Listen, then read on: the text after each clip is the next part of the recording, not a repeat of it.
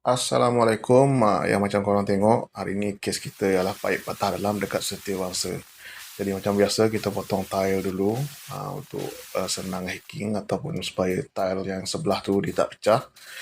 Okey, lepas tu kita start hacking, kita keluarkan semua tile-tile yang lama ni.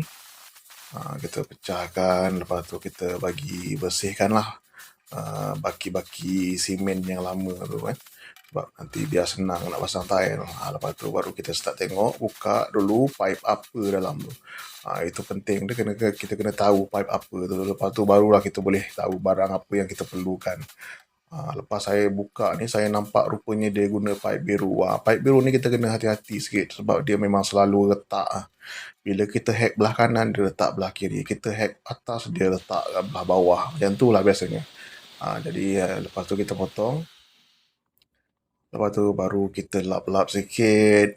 Lepas tu barulah kita sambung balik. Jadi untuk pipe biru ni, gam dia pun kita guna gam khas untuk dia lah. Special untuk pipe biru. Lepas tu kita clearkan. Lepas tu barulah kita pasang tile balik. Yang ni saya saja sumbat bekas-bekas simen tu. Lepas tu kita pasang tile balik. Lepas tu kita lap semua, bagi cantik, bagi bersih semua kan. Kita clearkan dalam tu semua. Lepas tu dah siap dah. Alhamdulillah.